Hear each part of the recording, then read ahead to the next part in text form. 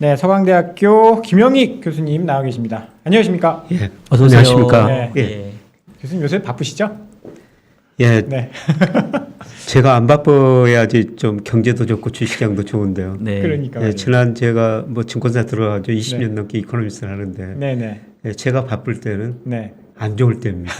아, 그러게. 아니 교수님, 근데 원래 교수님이 그렇게 맨날 이렇게 비관론자는 아니셨는데 그렇지 않나요? 제가 항상 비관론자는 아니었고요. 네, 네. 2006년까지는 뭐 최고 낙관론자라고 그랬죠. 근데 2007년, 2008년 네. 뭐 그때 글로벌 금융위기 마치고 2019년에 또 2010년에 20년에 또 어려워질 것이다. 그리고 사실 제가 저 작년에 책을 몇 권 내면서 네.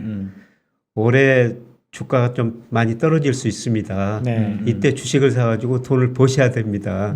이런 이야기를 했는데요. 맞습니다. 많은 방송들이 앞 이야기만 한 거예요. 떨어진다는 것만. 아. 예. 그래서 떨어질 때 돈을 벌어야 된다. 그 뒤는 이야기를 안 해가지고.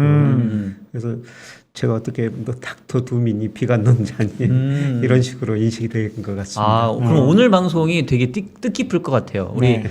우리 그 킹영희 교수님을 그 비관론자로 여러분 오해하실 수 있는데 우리 교수님은 일방적인 비관론자가 아니라 결국은 이제 기회를 봐라 이제 이런 관점에서 말씀을 주실 것 같은데 오늘 기다리신 분들이 너무 많아가지고 네. 사실 그 저희가 이제 쓸데없는 얘기 빼고 진짜 담백하게 꾹꾹 그 저희가 정말 여쭤보고 싶은 거 여쭤볼 건데 네. 근데 교수님 일단 제목이 바닥이 더 남았다. 이렇게 일단은 짚어주시긴 하셨어요. 그리고 최근에 약간 4월 위기설 이런 얘기 나오는데 교수님께서 조금 그 위기설에 약간 진원지인 것 같기도 하고 예, 어떻게 보고 계실까요? 뭐 4월까지. 이기라고는 좀 그렇고요. 네. 뭐 4월의 주가가 더 떨어질 수 있고 올 연간으로 보면 아마 4월이 바닥일 것이다. 이런 의미거든요. 네네. 그래서 뭐 제가 작년과 하반기부터 우리 주식시장에 좀 어두운 이야기를 했던 거예요. 제가 여러 가지 경제 지표로 주가를 전망하는데요. 이 그림에서 나오는 뭐 이거예요. 그래서 우리나라 그 주가하고 상관계수가 제일 높은 게 일평균 수출 금액이거든요. 네. 주가가 한 1개월 정도 선행합니다. 근데 일평균 수출이 많이 증가했는데요. 그런데 작년 그 6월쯤에 일평균 수출보다 주가가 한 40% 정도 앞서가 버렸거든요. 아. 이게 이제 주가를 일평균 수출 금액하고 회귀 분석해가지고 잔차를 구해가지고 이게 주가가 한 40% 정도 가대평가됐다는 겁니다. 그래서 작년 하반기부터 뭐 수출 증가합니다. 그러나 주가가 너무 앞서갔기 때문에 주가가 조정을 받을 수밖에 없습니다. 하락할 수밖에 없습니다. 이런 말씀을 계속 드린 거거든요. 네. 그런데 올 1월 통계 보니까 거의 지금은 비슷해졌어요. 비슷해졌네요. 네. 접근해 가고 있어요. 펀더멘탈 일평균 수출 금액에. 그런데 제가 조금 더 남아있다고 말씀드리는 것은 이게 주가라는 건 올라갈 때는 이렇게 가도평가하고 떨어질 때는 이런 펀더멘탈을 가소평가해 버리거든요. 대표적으로 이렇게 주가가 가대평가됐던 데가 2007년이었었어요. 네. 이때도 일평균 수출보다 주가 코스피가 많이 앞서갔거든요. 이때는 이제 무슨 일이 있었냐면은 우리나라 그 은행들이 수익원 다변화시킨다고 주식형 펀드 캠페인을 했어요. 펀드 많이 팔았죠 그때. 네. 네, 그때 주식형 펀드가 2008년 8월 달에는 무려 144조까지 가버렸었거든요. 그렇게 은행들이 팔아주니까 자산운용사들이 주식 사고 주가가 이렇게 많이 올랐었죠. 네. 네, 그런데 2008년 글로벌 금융위기가 오면서 이제 주가가 폭락하면서 펀더멘털보다 무려 35%나 주가가 가소평가해버린 국면이 왔었거든요. 그러니까 주가가 경착륙하는 대표적인 경우였었죠. 네, 그런데 저는 이번에는 이렇게까지 떨어지지 않으라고 생각하는데 그래도 아마 조금 펀더멘털을 가소평가하는 국면이 남아있을 것이다. 그렇게 보는 거는요. 제가 저 일평균 수출 금액을 제가 가지고 있는 모델로 예측을 하거든요. 네. 그런데 1월에 25억 달러가 좀 넘었어요. 그런데 4월 달에는 한 23억 달러 정도 되거든요. 네. 조금 줄어드네요. 금액이 네. 줄어든다는 네, 거죠. 네. 물론 전년 동기 대비로는 증가율 플러스인데요. 근데 이거로 해보니까 주가가 2,500 코스피가 조금 안 됩니다. 그 밑이거든요. 그래서 제가 올 4월이 한 2,500까지도 떨어질 수가 있습니다. 그런데 연간으로 보면은 그게 저점일 것입니다. 이때 그 주식을 적극적으로 사셔야 됩니다. 이런 말씀을 드리는 겁니다. 그렇군요. 수출이 근데 전년 대비해서 늘어나고 있긴 한데 그 뭐 사실 작년 재작년 이럴 때보다는 지금 수출이 많은 건 사실이지 않습니까? 예, 수출이 증가율은 플러스죠. 근데 증가율이 계속 떨어지고 떨어지고 예를 들어서 1월에 수출 증가율이 한 전년 동기 대비 15% 증가했고 네네. 아마 3월 되면 10% 미만으로 저는 떨어지리라 보고 있어요. 일평균 수출 금액이 전년 동기 대비. 네. 예, 그런데 제가 여기서 이 그림을 그려놓은 것은 물론 방향을 보기 위해서 그려놓은 그림인데요. 주가도 수준 자체고 일평균 수출 금액도 금액 자체거든요. 예, 증가율이 아닙니다. 예, 근데 금액 자체가 떨어지니까 주가 지수도 뭐 더 떨어질 수 있다. 근데 연간 전체로 보면은 올 4월이 저는 가장 나쁜 시점일 것이다. 그렇게 지금 보는 것입니다. 그 차트를 가만히 보면 이게 지금 올해 말까지 이렇게 전망을 해주신 거잖아요, 그죠? 예. 그러면 일평균 수출액이 지금 파란색, 여러분 보시는 파란색인데 4월까지 떨어지다가 그 이후로 오히려 급등해가지고 연말께는 지난번 올해 올 초 수준, 작년 수준 이상으로 더 치고 올라가네요. 예. 그래서 이거를 보면은 연말에 코스피가 한 2,900 정도 나옵니다. 그러면 2,500에서 2,900 가면은 네. 뭐 꽤 큰 수익을 낼 수가 있는 것이죠. 네. 예, 그래서 제가 뭐 계속 4월 무렵에 물론 이 시기는 네네. 뭐 아무도 알 수가 없죠. 그렇죠, 예, 그런데 그렇죠. 제가 이것뿐만 아니라 제가 주가를 예측할 때 선행지수 순환 변동치 가지고 예측하거든요. 예, 그것도 지금 작년 7월을 고점으로 계속 떨어지고 있지 않습니까? 네네. 예, 그런데 4월 저점을 해가지고 5월, 6월 가면은 떨어지는 과정에서 일시적 반등이 나오거든요. 그래서 제가 가지고 있는 여러 가지 모델이 있습니다. 주가를 예측하는 여러 가지 경제 변수 예측 모델이 있는데 모든 게 4월이 제일 안 좋고요. 예, 그 이후로는 개선되게 나오거든요. 그러면 사실 교수님 전망은 상저하고를 지금 보신다고 저희가 이해를 하면 되겠네요, 그죠? 아니, 그쵸, 상저하고, 그죠? 저 그러니까 4월이 2분기 저점이고. 초반이 저점이고요. 그러니까 뭐 상저하고 상반기보다는 네네. 그냥 2분기 초반일 것이다. 어려운 좋습니다. 시점이. 예. 그렇게 보고 있습니다. 근데 사실 이제 이렇게 막 시기나 이런 거를 얘기하시는 게 제가 봤을 때는 되게 약간 어려우신 리스크하긴 얘기예요. 하죠. 예, 되게 어렵죠. 예, 근데 이제 근데 또 이렇게 이제 지표를 보고 하시는 거니까 확신 있게 얘기를 해주시니까 네. 너무 감사하긴 한데 그러면 제가 사실- 저 증권회사 다닐 때도 네, 이게 주가가 급락하면은 언론에서 각 리서치 센터장들한테 물어보잖아요. 네. 네, 얼마까지 떨어질 것이냐. 그래서 어떤 신문 보니까 모른다. 사실 이렇게 말하신 분들이 정말 정직하신 분들이죠. 언론에 보면은 모른다. 네. 이렇게 나오거든요. 네, 네. 예. 그래서 대충 뭐 2,600, 2,500 이런 식으로 이야기하는데 예, 저는 그럴 때마다 이런 모델 가지고 조금 한 자릿수까지 이야기했었어요. 네. 그러니까 우연히 그게 좀 맞을 때도 있었죠. 예, 그런데 제가 이렇게 말씀드리는 것은 예, 제가 이런 모델에서 나온 수치 가지고 말씀드리거든요. 이게 맞을 때도 있고 안 맞을 때도 있는데 네. 예, 제가 보니까 방향은 네. 예, 대충 크게 벗어나지 않더라 이런 말씀을 드리고 싶습니다.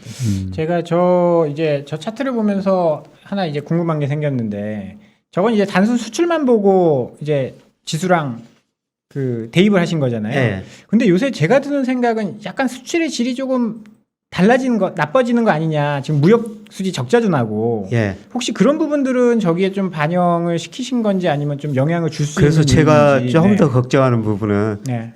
예, 사실 그 2008년 1월 달에 무역 수지가 40억 달러 적자 났었어요. 네네. 네. 예, 그리고 4, 5월까지 적자 폭은 줄어들었지만 계속 적자 나면서 네. 2008년에 글로벌 금융위기가 왔지 않습니까? 그렇죠.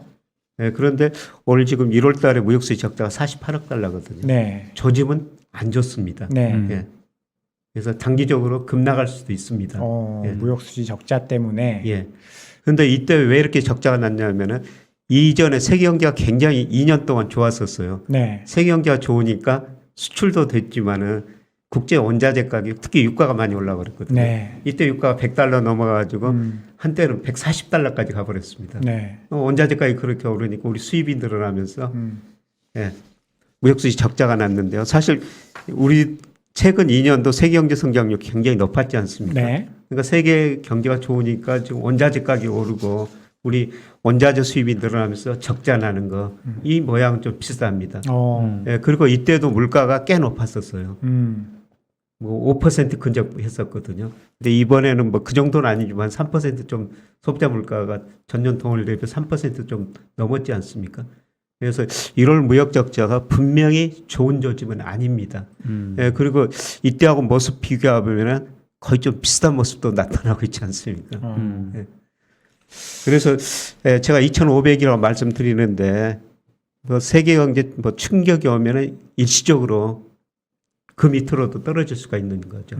예, 그런데 정말 주식을 싸게 살 수 있는 시점이다. 예. 자, 사실 이제 저는 조금 약간 오해를 했었던 것 같은 게 이제 교수님께서 약간 좀 계속 비관론자로 얘기하시길래 약간 추세가 완전 꺾였나 보다라고 생각했는데 지금 오늘 주신 말씀은 4월 정도가 바닥이고 연말에는 이제 2,900까지 올라갈 수 있다는 얘기가 이제 결론이신 거잖아요. 전망의 결론. 예. 그렇죠. 근데 만약에 이제 교수님 말씀에 대한 신뢰가 생긴다고 한다면 뭐 4월에 지금보다 더 떨어진다 하더라도 뭐 길게 보면 괜찮을 것 같은데 지금 저도 그렇고 시장 참가자들의 공포감은 하반기에 가서 좋을 게 있을까? 하반기에도 더 안 좋은 환경이 펼쳐지지 않을까? 그것 때문에 오히려 이 4월 하락이 좀 더 신뢰감이 생기는 것 같거든요. 예. 그래서 결국은 하반기의 경제 환경이 흔히 말하는 지금의 어떤 그 스태그플레이션과 비슷한 환경, 물가는 조금 높고 경기는 낮아지는 이제 이런 우려들이 있는데 예. 그러면 경기의 방향성은 지금 하반기 이후에 어떻게 보고 계시는 거예요? 경기는 계속 나빠졌죠. 경제는 예, 계속 그런데 나쁜 주가는 선행하니까요. 쪽으로. 예. 사실 우리 주가가 작년 6월을 고점으로 계속 지금 하락하고 있지 않습니까? 네. 네. 예, 그런데 동행지수 순환 변동치 현재 경기표를 나타내는 거는 뭐 저 12월까지 올라갔었거든요. 네. 현재 경기는 좋죠. 예, 그런데 주가가 먼저 떨어지고 아마 하반기는 경제 성장은 많이 둔화될 거예요. 예. 그게 우리나라 경제 지표도 그렇고 미국 경제 지표도 그렇고요. 뭐 저는 가끔 이런 말을 합니다만 저도 그 경제 전망을 오래 했습니다만 이렇게 경제 성장이 올라갈 때는 경제 전문가들 예측하는 것보다 실제치가 더 높게 나와요. 그래서 뒤따라 높게 전망하죠. 네. 근데 경제 성장이 꺾이면은 전망한 것보다 실제치가 더 낮게 나와요. 예, 그래서 성장률 전망치를 계속 낮추지 않습니까? 네. 그래서 작년 그 10월 달에 IMF가 예를 들어서 올해 세계 경제 성장 4.9%로 전망했는데 4.4.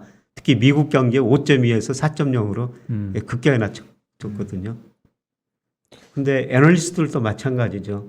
예, 지금 1분기 아니 작년 4분기 그 기업 실적 예, 최근에 어떤 언론을 보니까 한 53% 정도가 애널리스트 예상한 것보다 컨센서스보다 실제 실적이 더 낮게 나왔다. 네네네. 이게 시작이라는 거죠. 그렇죠.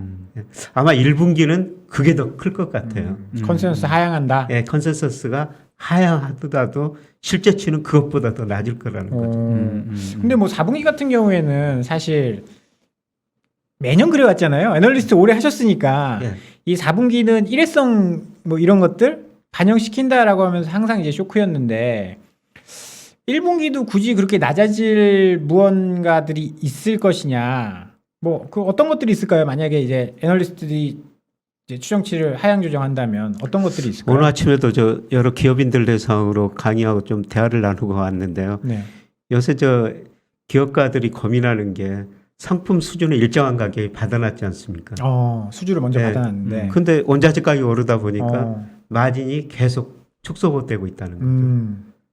가격을 뭐 예, 제가 아는 뭐 저도 투자하는 회사 뭐 CEO들 갖고 음. 가끔 여쭤보거든요. 그래서 이익 마진이 많이 축소되고 있다는 겁니다. 그래서 언제 상품 가격을 올려야 되는가 이걸 많이 고민하고 있다는 거죠. 물론 애널리스트들 아마 이런 거 반영했을 거예요. 기업을 저보다 훨씬 더 잘 알기 때문에. 네. 예, 그런데 1분기가 하면은 아마 매출액 증가율도 애널리스트 예상보다 저는 낮아지리라고 보고 있어요. 그래서 1분기는 아마 애널리스트 예상치보다 실적치가 더 나쁘게 나오면서 이게 저 실물 측면에서 한번 충격이 올 거다. 사실 그동안 주가가 하락한 거는 우리가 금리 인상이다, 뭐 금융 긴축이다, 미국 금리 올린다 이런 것이 유예였거든요. 그런데 실물 경제가 한 번 더 나빠질 거라는 거죠. 실물 충격이 제가 한 번 오리라고 보고 있습니다. 그게 2분기 초반일 것이다. 아마 2분기 초반 가면은 모든 경제 지표들이 둔화되는 모습이 좀 더 나타나리라고 보고 있어요. 예를 들어서 미국도 작년 4분기 연율 미국 경제가 6.9% 성장했지 않습니까? 그런데 그 세인트루이스 연방은행 그 GDP 나오라고 네. 1분기가 계속 좀 수정은 돼가고 있습니다. 네. 근데 이게 오늘 아침에도 보니까 이 1분기 미국 경제 성장이 1.3%라는 거거든요. 물론 작년 4분기 높은 성장을 했기 때문에 1분기는 낮은 성장을 보일 수밖에 없지만은 그래도 1.3%라면은 저는 약간의 그 충격이라고 보고 있거든요. 그러면 그렇게 4분기까지 그러니까 실물 경제가 안 좋아지게 되는 이유는 가장 큰 거는 유가 같은 원재재 가격 상승, 인플레이션. 예, 그거를 이유로 보고 계시는 건가요? 그렇죠. 어. 인플레가 오니까 예를 들어서 유가가 오르면 직접적으로 우리가 소비를 좀 줄일 수밖에 없죠. 네. 유가가 오른 만큼 우리가 기름을 더 내야 되니까 맞습니다. 당장 다른 소비를 줄일 수밖에 없고, 그다음에 유가가 오르면 실질 소득이 줄어들죠. 물가가 오르니까. 네. 예, 그러면 소비가 시차를 두고 줄어들거든요. 예, 그리고 미국 소비가 더 많이 줄어들 것 같습니다. 예, 미국 자산 가격 역의 부의 효과가 저는 많이 나타나리라고 보고 있거든요. 그러니까 미국 가계 금융 자산 중에서 주식 비중이 53%로 역대 최고치입니다. 근데 주가 지금 좀 많이 떨어지고 있고. 예. 그래서 미국 거 컨퍼런스 보드나 그다음에 미시간 대학 거 소비자 심리 지수 이런 거 보면은 네. 예, 미국 S&P 500 거의 같은 방향이거든요. 예, 그런데 어제 그 발표된 뭐 컨퍼런스 보드 소비자 신뢰 지수는 별로 안 떨어졌는데. 네, 그건 좀 괜찮더라고요. 예. 그다음에 마켓 제조업 PMI나 서비스 그것도 PMI도 좀 올라갔는데. 좋게 나왔습니다. 이게 사실 시장에서는 오미크론 좀 줄어들면서 다시 경제 살아나는 거 아니냐 그렇게 전망하고 있거든요. 근데 미시간 대학 소비자 지수는 네, 61.7로가 10년 전 2008년 네. 2019년 2020년 그때보다 더 떨어졌거든요. 그 오미크론 영향. 오미크론 영향이 있죠. 네, 네. 예. 예, 그런데 제가 그 미시간 대학 소비자 신뢰 지수를 그 S&P 500으로 해보니까 한 23개월 정도, 24개월 정도 선행성이 상당히 길더라고요. S&P 500하고. 그렇다라고 보면 아직 시간이 좀 남은 거 아닌가요? 23개월 뒤에 이제 S&P 500이 하락한다라는 이야기가 되는 건가요? 아, 예. 이제 이미 하락하기 시작했으니까 예. 그 전부터. 예. 아, 근데 어떻든 그런 미국의 1분기 경제 성장률이 뭐 작년 4분기보다 훨씬 낮은 거는 미국 GDP에서 소비가 차지하는 70%거든요. 네네. 그래서 아마 소비 쪽에서 많이 증가세가 둔화되면서 1분기 성장률이 많이 낮아질 것 같아요. 그리고 블룸버그 컨센서스도 제가 매월 체크를 하는데 최근에 올수록 모든 나라의 경제 성장 전망치가 낮아지고 있거든요. 네, 그리고 물가는 또 올리고 있어요. 그러니까 주시장에 안 좋은 거죠. 아, 그렇지. 그렇죠. 그러니까 우리가 당장 이제 봐야 될 게 3월과 FOMC 네. 거기 보면은 작년 12월 달에 경제 성장률 했고 뭐 물가 실업률 전망했는데요. 아마 경제 성장률 전망치를 낮출 거예요. 물가 전망치를 많이 올릴 것 같아요. 그래서 개인 소비자 물가 지수 이거를 올해 그 작년 보니까 2.6% 전망이 났더라고요. 네네네네. 네, 그런데 저는 이번 3월에 그 수정 전망하면서 제 모델은 한 4.5% 정도 나와요. 4% 이상으로 수정 전망할 거라고 보고 있습니다. 별로 안 좋은 거죠. 성장률을 낮추고 물가는 전망치를 올리니까 부분적으로 스태그플레이션 뭐 그렇죠. 이런 조짐이 나타나는 거죠. 실질 성장률은 굉장히 많이 떨어질 수 있겠네요. 그러면. 예, 그렇습니다. 네. 예. 그러니까 이제 사실 교수님이 저는 약간 좀 아까 계속 제가 헷갈렸던 게 4월 저점이고 하반기 올라간다고 하시길래 이렇게 비관적인 게 아니시네요라고 생각을 했는데 지금 교수님 말씀 듣다 보니까 결론은 실물 쪽에서의 충격을 이 시장이 한 번은 더 받을 여지가 네. 있으니 지금은 조심해야 된다 이 얘기이신 거잖아요, 그죠? 예. 근데 2,900이라는 의미가 뭐냐면은 네네. 작년 고점이 3,300이 좀 넘었지 않습니까? 네. 네네. 거기보다는 훨씬 낮다는 낮다. 것이죠. 예. 그래서 3,300을 돌파하기 위해서는 저는 상당한 시간이 걸리리라고 봐요. 이런 의미에서 또 비관적이라고 하실 줄 모르겠습니다만은 3,300 돌파하기 위해서는 또 경기가 확장 국면에 접어들어야 되거든요. 네네. 예, 그런데 우리나라 경기가 이제 수축 국면 초기에 전 세계 경제가 이제 수축 국면 초기에 접어든다는 겁니다.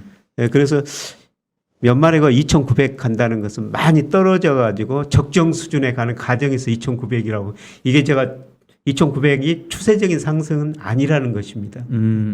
그래서 이게 항상 그 시점의 문제인데요. 네네. 그러니까 당장 그 4월까지 하면 제가 제일 비관론자죠. 네네. 2,500 이야기했으니까. 근데 연말에 2,900 하면은 지금 시점에서 2,500까지 떨어졌다 2,900 가면은 굉장히 또 많이 오르는 거 아닙니까? 그렇죠. 예.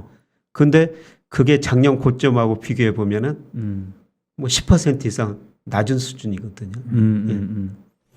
야, 사실은 교수님 모셔놓고 이렇게 막 지수 흐름 하나하나씩 얘기하는 게 오히려 제 질문을 너무 못하는 것 같아서 좀 죄송스러운데, 왜냐하면 이제 교수님의 그 생각을 저희가 조금 전달을 해드려야 되니까. 그럼 일단은 조금 큰 그림 한번 좀 말씀을 좀 나눠볼게요. 저는 이제 기억에 남는 게 작년에 그 파월의장이 한참 인플레이션이 일시적이다 이런 논쟁이 있을 때 교수님께서 아니다, 이제 정말 구조적인 인플레이션이 온다라고 하셨던 말씀을 저는 기억을 하거든요. 예. 작년에 뭐 중국 쪽에서 예. 흐름 달라진 예. 부분들. 지금 교수님 보시기에 인플레이션 사이클이 지난 한 10몇 년 동안 흔히 말하는 디플레이션 사이클이었잖아요. 예. 그럼 이제 이게 완전히 끝나고 다시 인플레로 가는 걸로 보시는 건지 어떻게 보고 계세요? 저는 이번에 인플레이션은 일시적이라고 좀 보고 있습니다. 아, 그렇죠. 예, 예. 약간 작년에 파월이 했던 얘기인데 또 일시적이라고 하니까 약간 거부감부터 좀 드는데. 아니 교수님의 일시적은 또 다른 의미니까 아, 네. 한번 좀 추가 설명해 주시죠. 작년에는 파월 한 것보다는 훨씬 더 높은 상승률을 보일 것이다. 네네. 그래서 미국 물가가 오르는 건 뭐 여러 가지가 있죠. 미국 정부가 돈을 많이 쓰고 수요 측면에서 물가가 올랐고, 그다음에 유가 원자재가가 오르고, 그다음에 중국이 더 이상 물건을 싸게 공급하지 못할, 그래서 물가가 오른 것이죠. 네. 그래서 이 그림에 보면 미국 소비자 물가 잘 아시다시피 지금 1월에 7.5% 전년 동기 대비. 네. 2월은 이보다는 좀 조금 제 모델에는 조금 더 높은 수치가 나와요. 더 높게 나온다고요? 지금보다 예. 더 높아요? 예. 아이고. 7.5%가 제 모델상 나오는 겁니다. 그런데 이게 3, 4월 가면서 떨어지면서요. 연말 뭐 11월, 12월 가면은 3% 안팎으로 나오거든요. 그래서 그래도 높은 수준 아닌가요? 지금 뭐 미국이 평균 물가 연동제, 목표제 하고 있는 게 2% 내외니까 그렇죠. 목표를 하고 있는 게. 그러니까 연간으로 보면은 아까 말씀드렸던 것은 4.5% 4.5%. 정도거든요. 네. 그러니까 연간으로 보면 높죠. 네. 그런데 이제 증가율로 보면은 아마 1분기가 고점일 것이다. 아. 제가 그렇게 보는 것은 하반기로 갈수록 미국 수요가 둔화되고요. 저는 유가가 떨어지리라 보고 있어요. 저는 유가를 볼 때 저 우리나라 주가를 보거든요. 예. 그래서 우리나라 주가하고 지금 이게 우리가 많이 수입하는 두바이유인데요. 네. 이게 상관관계가 0.56 정도 되면 우리 코스피가 1개월 선행해요. 아 근데 0.56이면 그렇게 높다라고 볼 수는 없는. 높죠. 아 높은 예, 건가요? 상관계수가 네. 0.6이면은 네. 절대값이 0.6이면 상당히 높다 이렇게 좀 상당히 높다라고 통계적으로 봐야 되는 그렇게 건가요? 이야기하는 겁니다. 예. 근데 왜 이런 관계가 나타나냐면은 우리 그 수출 중에 GDP 중에 수출이 차지하는 비 작년에 44%였어요. 네. 세계 경제 좋으면은 우리 수출 늘어나고 경제 성장 올라가고 기업 이익 늘어나고 주가 올랐죠. 네. 그다음 세계 경제 좋으면 원유 수요가 늘어나고 유가도 같이 올랐거든요. 그런데 우리 주가가 이렇게 떨어진다는 것은 앞으로 우리 수출 증가세가 둔화될 것이다. 세계 경제가 나빠질 것이다. 저는 지금 저 우크라이나 사태가 어떤 식으로 전개될지 모르겠습니다만 네. 그것 때문에 일시적으로는 더 오르라고 생각해요. 근데 유가가 오를수록 경제에 주는 충격은 더 크리라고 보고 있습니다. 그래서 경제가 더 나빠지면서 조만간 유가가 떨어지리라고 보고 있습니다. 그래서 유가가 떨어지면은 4분기에 가면은 물가 상승률도 많이 둔화될 것이다. 특히 저 미국 소비자 물가하고 유가 상승률하고 1개월밖에 시차가 안 나요. 그 상관계수가 0.8 정도 됩니다. 굉장히 높아요. 그렇죠. 미국은 우리나라보다 기업들이 가격 조정을 훨씬 더 빨리빨리 하더라고요. 그래서 유가가 떨어지면은 미국 소비자 물가는 상대적으로 빨리 그 증가율이 낮아질 거라는 거죠. 그래서 미국 물가 상승률은 뭐 2월이 고점일 것이다. 저는 그렇게 보고 있고요.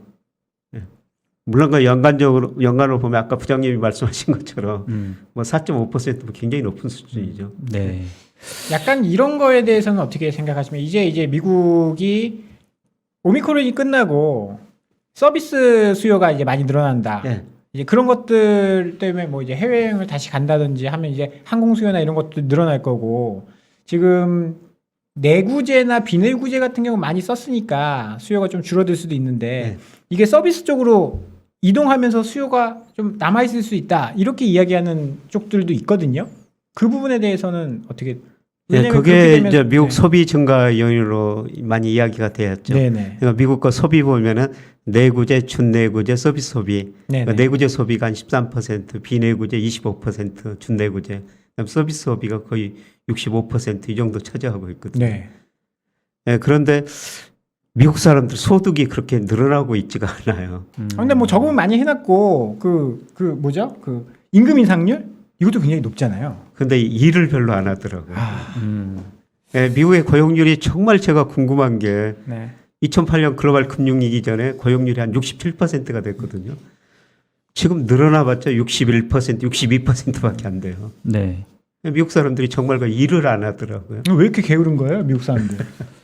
저도 뭐 미국 사람이 아니어가지고 그건 그래서 그분들이 그동안 저 정부에서 돈을 줘가지고 뭐 그 효과도 있는 것 같고. 네. 그다음에 최근에 파이낸셜 타임즈 보니까 지금 미국과 하역 부도 같은데 노동자들이 굉장히 부족하다는 겁니다. 왜 부족하느냐? 그 파이낸셜 타임즈가 분석해 놨는데요. 그게 앞으로 자동화가 다 돼버릴 것이라는 거죠. 그래서 거기에 고용돼가지고 일하다가 잠시 후면은 잘려버리니까 얼마 지나면 잘려버리니까 그런 일을 안 한다는 것이죠. 네.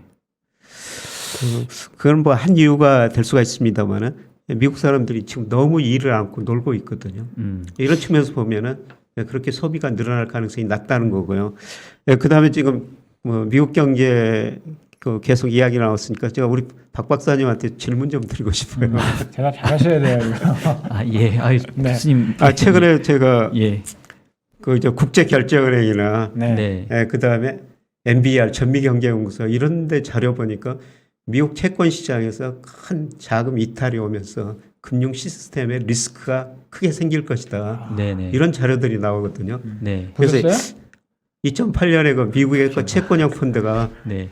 한 9,200억 달러 정도 됐더라고요. 네. 근데 작년 말에 5조 6천억 달러 정도 급증했어요.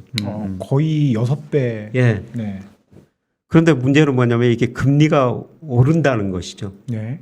금리가 오르니까 채권형 펀드 손해를 보잖아요. 근데 그 채권형 펀드가 안전 뭐 BBB 이런 회사채도 많이 포함이 돼 있을 거라는 겁니다. 그런 구체적인 통계는 안 나오는데요. 네. 근데 금리가 오르다 보니까 채권형 펀드가 손해 나니까 어떤 사람들이 먼저 채권형 펀드를 해약할 것이다.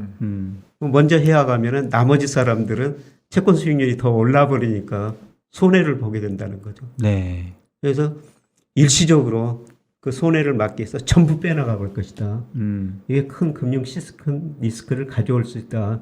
이런 자료들을 제가 가끔 보고 있거든요. 네. 그래서 최고의 채권 전문가니까 그래서 오늘 오면은 그거 한번 여쭤봐야 되겠다. 뱅크런이 네. 있을 것이냐 없을 것이냐. 네. 아 이거 대답 잘해야 되는데 큰일 났네. 교수님이 여쭤봐가지고 너무 좀 그렇긴 한데 근데 이제 사실 그 채권 시장의 뭐 대학살 뭐 비슷한 그런 전망들은 몇 번 있었습니다. 그리고 실제로 1994년도에 미국의 채권 금리가 한두 달 만에 거의 300bp가 폭등을 하면서 채권 시장의 대학살이라는 이제 말이 그때 생겨나게 됐는데 그 뒤에도 금리가 상승세일 때마다 어김없이 그런 얘기들이 등장을 했었고요. 위기론. 예. 그리고 그 사실 올해 하반기에 이제 그 연준의 양적 긴축이 이제 시작될 걸로 예상이 되고 있잖아요. 예. 그래서 지난번에 양적 긴축이 있었을 때가 언제냐면 2017년 11월부터 2019년 8월까지였는데 예. 그래서 2018년도에 미국채 10년짜리 금리가 3%를 잠깐 넘어간 적이 있었거든요. 예. 근데 그 당시에도 JP 모건의 제이미 다이먼 회장께서 미국채 10년이 4%대를 간다. 예. 그러니까 지금 교수님께서 말씀하신 그런 로직과 비슷하게 예. 그때도 이제 그런 말씀을 하신 적이 있었어요. 그래서 제가 왜 기억이 나냐면 그때 이제 저희 그 회사에서 미국채 10년짜리 3% 넘으면 이제 채권을 사야 된다라는 게 이제 운용 쪽의 그 주장이었고 이제 뭐 위쪽이나 뭐 저희 조금 본부장님은 야 제이미 다이먼이 지금 4% 간다는데 그런 수급적인 요인으로 금리 올라가지고 지금 돈 뺀다는데 안 돼 기다려 이렇게 이제 논란이 한번 벌어진 적이 있었는데 결론은 미국채 10년짜리는 3%를 살짝 예. 웃돈 다음에 다시 바로 떨어졌거든요. 예. 그래서 이제 약간 제가 이제 과거의 사례로 미리 좀 말씀을 드린 것 같은데 이 미국채라고 하는 상품은 그러니까 금리가 제가 이제 채권을 오래 해보니까 이게 하나의 상품이기도 하지만 또 거시 변수이기도 하기 때문에 이게 원인이 될 때도 있고 또 결과가 될 때도 있는 것 같아요. 네. 그래서 예를 들면 금리가 급등을 해서 이게 원인이 돼서 경제에 영향을 미칠 수도 있고 경제가 어떻게 뭐 좋아지진 나빠져서 그거에 따른 결과물로 또 금리가 영향을 받을 수도 있고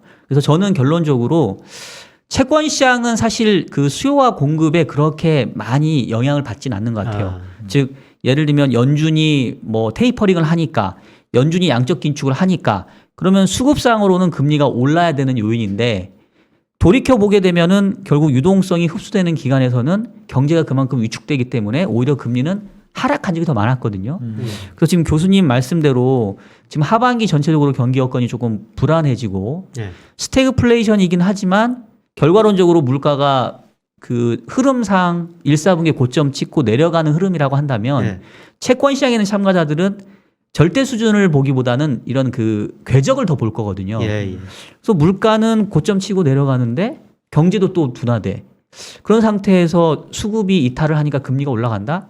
그거는 사실은 제 예. 경험적으로는 예. 오히려 경기에 부진한 상황들이 금리를 더 끌어내릴 가능성이 예. 크고 수급은 그냥 하나의 결과물들일 예. 가능성이 크다. 예. 지금은 수급으로 보기보다는 향후 경기 여건이 오히려 미국채 10년 금리를 더 좌우할 거다. 저는 사실 예. 그렇게 보고 있는 입장입니다. 교수님 저 질문 하나만 해도 될까요? 예. 그러면 왜 당신 계시는데? 이게 전 교수님 시간인데 같은 이러면 안 편이긴 돼. 한데 네. 봐요. 그렇게 해서 장기 금리가 떨어져요. 네. 근데 지금 어저께 장단기 금리차가 9bp가 줄었거든요. 네. 장기 금리가 급등해 버렸어요. 네. 장기 금리는 그냥 플랫했는데 약간 그렇게 하면서 지금 장단기 금리차 줄어드는 게 굉장히 걱정스러운데 경기 안 좋아서 장기 금리 그래 안 떨어지는데 쳐요. 네. 근데 연준이 금리 올린다라는 컨센이 계속 있으면서 단기 금리가 계속 올라가면 어떻게 되죠? 그럴 일은 없을까요? 그래서 제가 그 지표를 굉장히 보고 있거든요. 사실 제가 날카롭죠, 예, 교수님. 굉장히 날카로운데요. 예, 제가 저 2019년에 책을 내면서 2020년에 굉장히 어려워져. 그때 코스피가 2,200인데 1,600까지 떨어질 수 있다. 이런 내용을 책을 한번 낸 적이 있었거든요. 근데 여러 가지가 있었습니다. 그때도 장단기 금리차였어요. 네네. 그 장단기 금리차가 2019년 9월 무렵에 10년짜리가 2년짜리보다 일시적으로 낮아졌거든요. 그랬었죠. 네. 저는 채권 시장이 정말 똑똑하다고 보고 있어요. 다른 지표도 뭐 많이 보고 있지만 그걸 보고 2020년 상반기 무렵에 굉장히 어려운 시기가 한번 올 것이다. 물론 코로나가 터져가지고 그런 어려운 시기가 왔습니다만 네. 채권 시장이 그걸 예측해 줬다는 거죠. 그렇죠. 예. 네, 그런데 지금 말씀하시는 것처럼 계속 그게 축소되고 있거든요. 네네. 그래서 저는 미국이 3월에 금리를 얼마나 올릴지 모르겠습니다만 뭐 몇 번 올리면은 상반기 내에 그 장단기 금리차가 또 역전될 수도 있구나. 네네. 네, 그러면 뭐냐면 미국 경제 침체를 이야기할 수가 있고요. 네, 그다음에 아까 그 미국 채권형 펀드에서 신용이 낮은 것들도 많이 포함됐을 거라는 거예요. 네네. 그래서 신용이 낮은 채권들 수익률을 지금 보고 있거든요. 네네네. 그래서 대표적으로 무디스가 그 회사채 BBB 등급 수익률을 발표를 하고 있거든요. 네. 네, 그게 지금 계속 오르고 있고요. 국채하고 그 차이가 계속 확대되고 있거든요. 네. 이것도 별로 좋은 조짐은 아니구나. 네. 네, 저는 참 채권 시장이 정말 똑똑하다고 생각합니다. 예. 그러면 제가 교수님한테 한번 질문 드려볼게요. 네. 채권 시장이 똑똑합니까? 주식 시장이 똑똑합니까? 네, 약간 제가 엄마가 좀 아빠가 같은데. 오랫동안 시장을 보니까요. 네. 외환 시장이 제일 똑똑한 것 같고요. 예. 네, 그다음에 채권 시장, 그다음에 주식 시장. 주식이 생각보다 안 똑똑하네요. 똑똑하긴 한데 네. 네, 그래도 채권 시장이 더 선행을 하더라는 겁니다. 예를 들어 가지고요. 그 장단기 금리차가 선행지수에 선행을 하거든요. 우리나라도 맞습니다. 그래요. 미국도 그렇습니다. 네, 그래서 장단기 금리차가 축소되면 선행지수가 떨어지고 순환변동이 떨어지고 주가도 같이 떨어지거든요. 그러니까 금리가 먼저 반응을 한다는 것이죠. 이런 의미에서 저는 채권 시장이 더 똑똑하더라. 네, 그런 말씀을 드리는 거라요. 여러분 이건 좀 기억하셔야 될 것 같아요. 외환 시장, 채권 시장, 주식 시장 요 순서대로 좀 똑똑하다. 그래서 외환 시장 꼭 보셔야 되고 예, 금리 꼭 그렇죠. 보셔야 되고 예. 우리가 사실 저 같은 경우에도 주식 시장을 예측을 하고 뭐 분석하기 위해서 막 여러 가지 지표들 보거든요. 예. 근데 그것보다 정말 기본이 중요하다. 예. 환율, 금리 예. 이게 가장 중요하다. 이렇게 보는 게 맞을 것 같죠. 예, 저는 뭐 그래서 금리 환율만 알면 경제 공부 다 했다. 저희 학생들한테 네. 금리 환율이 그렇게 어렵다는 거죠. 네. 그렇죠. 금리 환율에는 국내 모든 경제 변수가 다 포함되어 있는 겁니다. 예. 아까 이제 교수님 질문을 주셨고 저도 답변을 드리긴 했는데 사실 제가 지난주 수요일 날에도 김학균 센터장하고 우리 한상희 연구원 왔었을 때 사실 그걸 여쭤봤어요. 뭘 여쭤봤냐면 그러니까 지금 교수님 아까 이제 장단기 금리차 좁혀지는 거 얘기하시면서 결국은 기준금리가 계속 이렇게 인상 사이클로 가게 되면 이제 역전까지도 갈 수 있거든요. 왜냐하면 현재 FF 선물 시장에서 반영하고 있는 올해 금리 인상 횟수는 한 6회 정도 됩니다. 네. 그럼 연말 기준금리가 거의 2% 수준에 육박한다는 얘기거든요. 근데 지금 미국채 10년이 2%가 아직 안 돼요. 왔다 갔다 하죠. 예. 근데 최근 상황 보게 되면 과연 기준금리가 인상될 때 미국채 10년이 같이 밀어 올라갈 것이냐. 예. 뭐 그러면 정상적인 수익률 곡선이 유지되겠지만 만약에 미국채 10년짜리 금리가 경기에 대한 둔화 때문이든 어떤 요인이든 그냥 현재 수준 유지해버리면 이제 장단기 금리 차가 붙다 못해서 이제 역전되는 상황들로까지 갈 수 있거든요.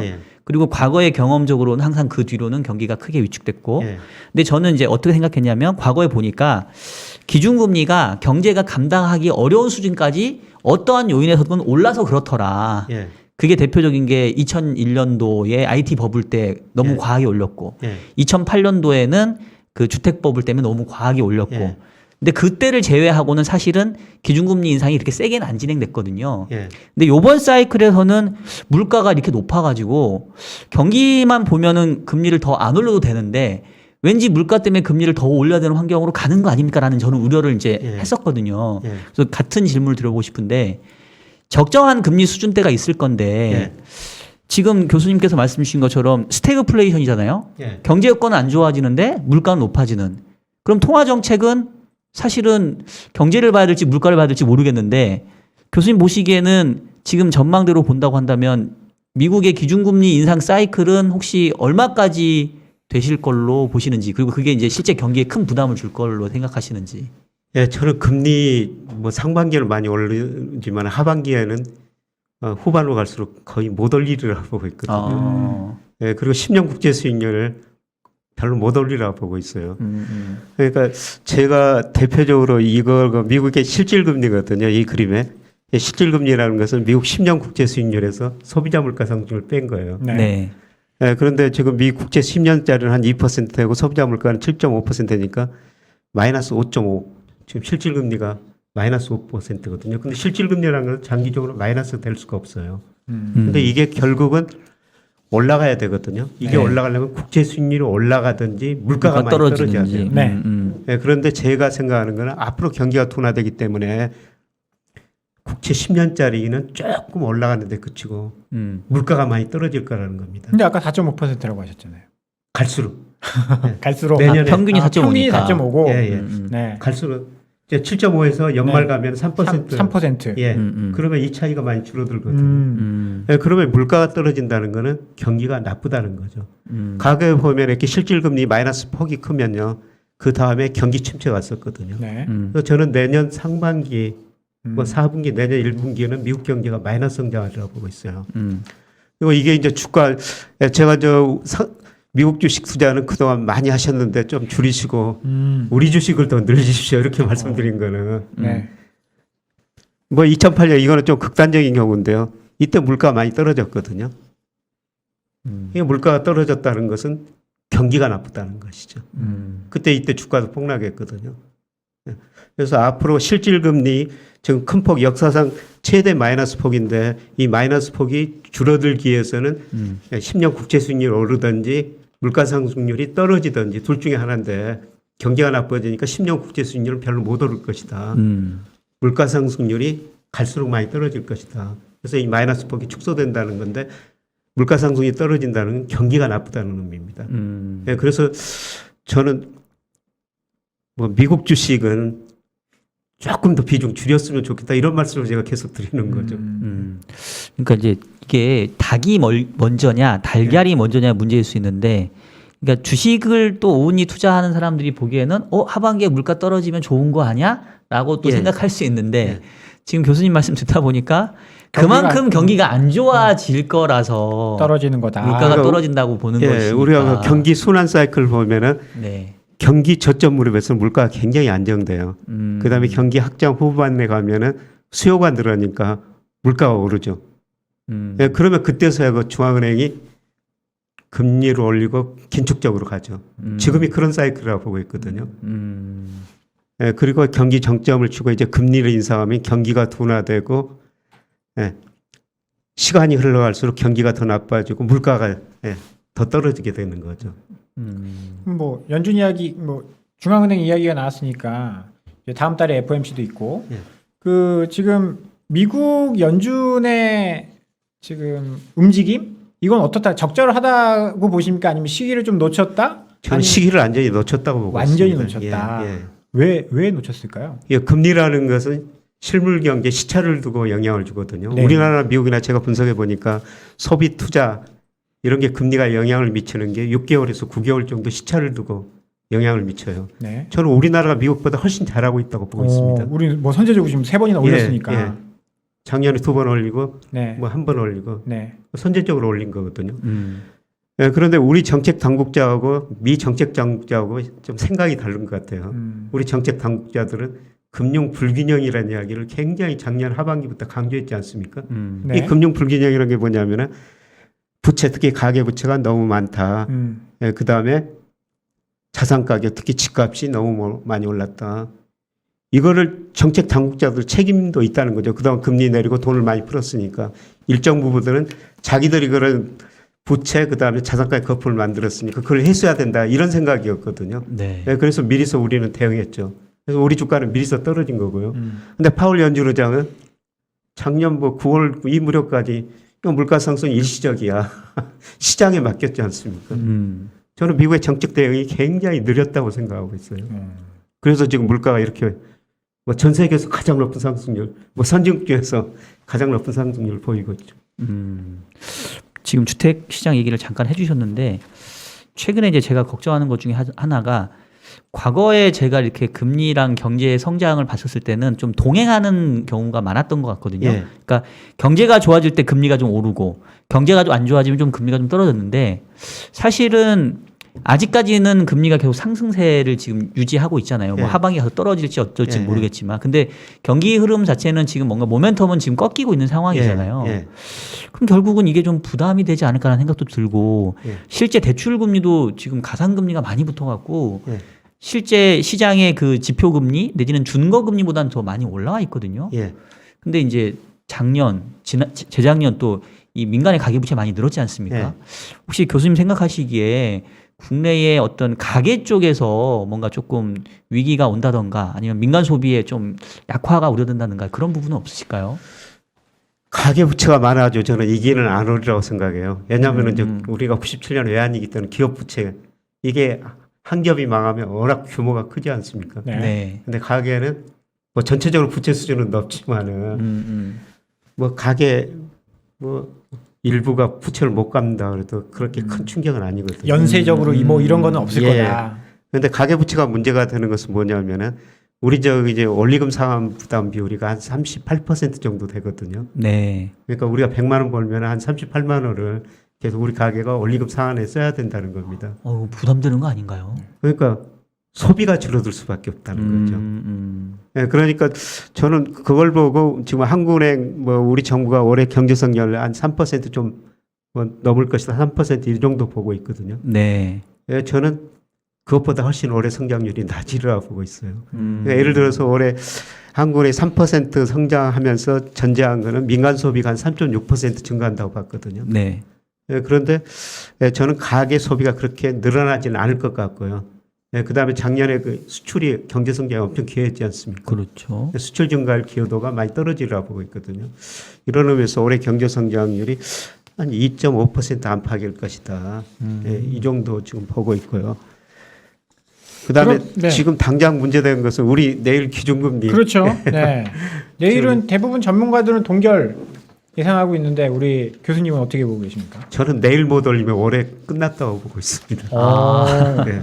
아니, 하반기로 갈수록 아니 지금 연준이 계속 올린다라고 하는데 연준이랑 이제 스텝을 맞춰서 하반기에도 또 올릴 수 있는 가능성? 연준도 상반기만 뭐 올리고요. 네. 하반기는 예, 저는 못 올린다. 못 올리는지 조금밖에 못 올린다. 네, 그러면- 그런데 지금 이거는 우리나라 국고채 수익률하고 우리 기준금리 차이인데요. 사실 그 시장금리는 많이 올랐지 않습니까? 네. 이게 국고채 금리가 기준금리를 인과관계 분석해 보면은 다 설명을 하거든요. 이게 시장금리가 오르면 뒤따라 기준금리도 올렸었죠. 그런데 내일 이렇게 금리를 올리더라도 이 차이가 지금 1%포인트 이상이거든요. 뭐 시장금리는 안 오르리라고 보고 있어요. 이미 금리 인상을 반영해가지고 네. 미서 다 올라버렸다. 근데 왜 채권 전문가들은 안 올 거라고 전망하고 있죠?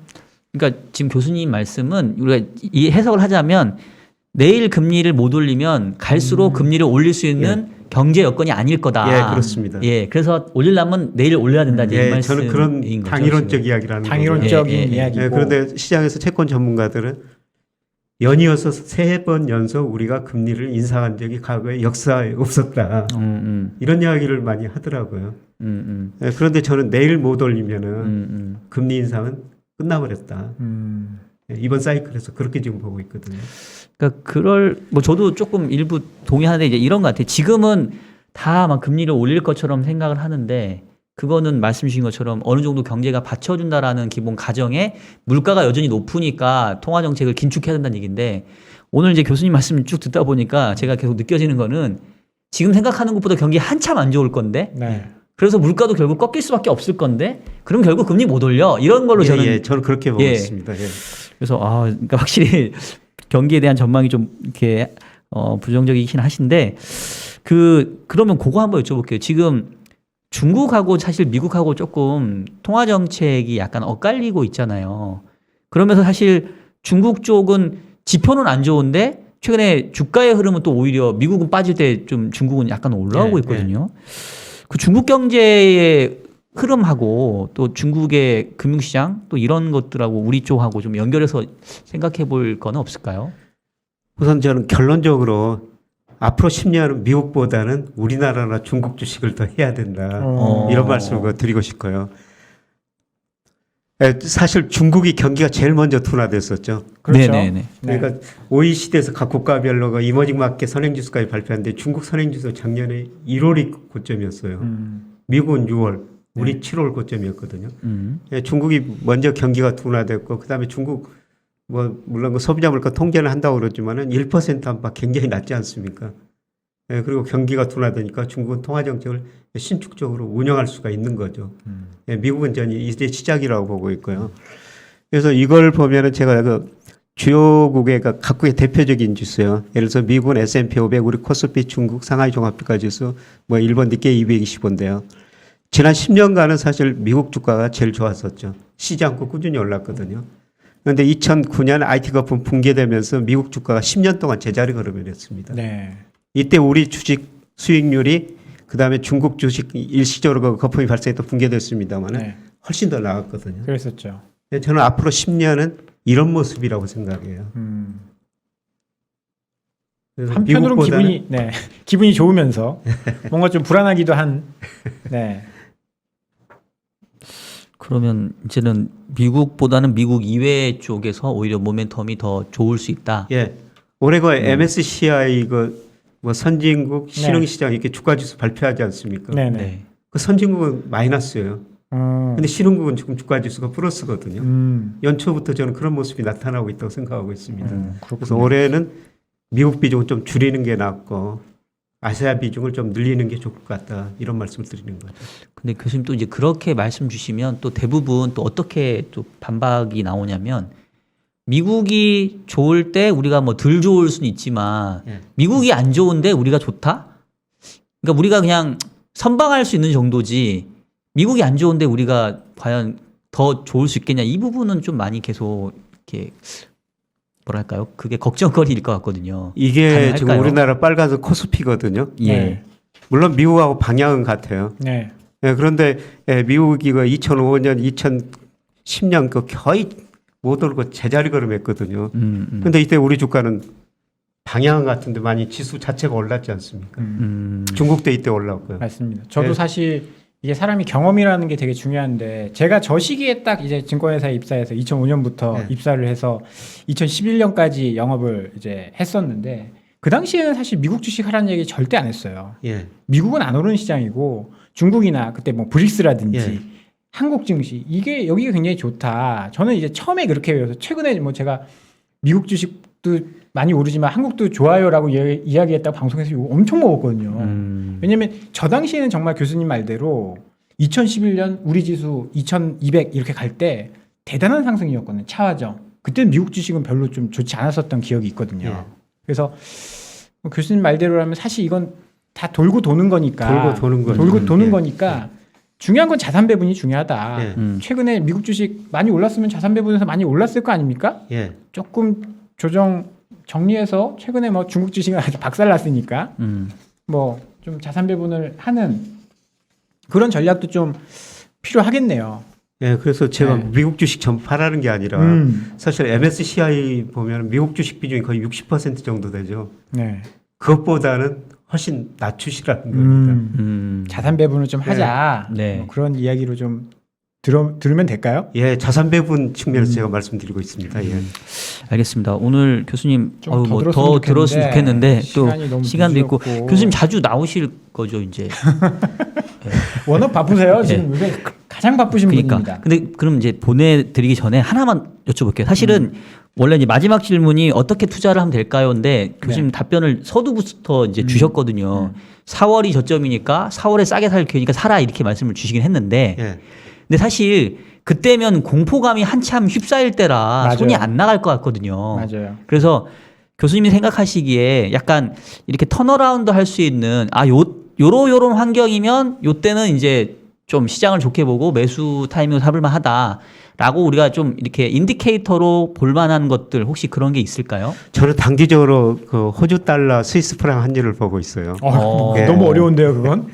그냥 달러 인덱스도 아니고. 예, 호주 달러, 스위스 프랑 상대 환율인데요. 네네. 그 네, 아주 의미도 조금 단기적으로 그걸 설명을 보고 주시면. 있는데 예. 왜냐하면 저 선진국 중에서 국채 수익률이 제일 높은 데가 호주거든요. 네.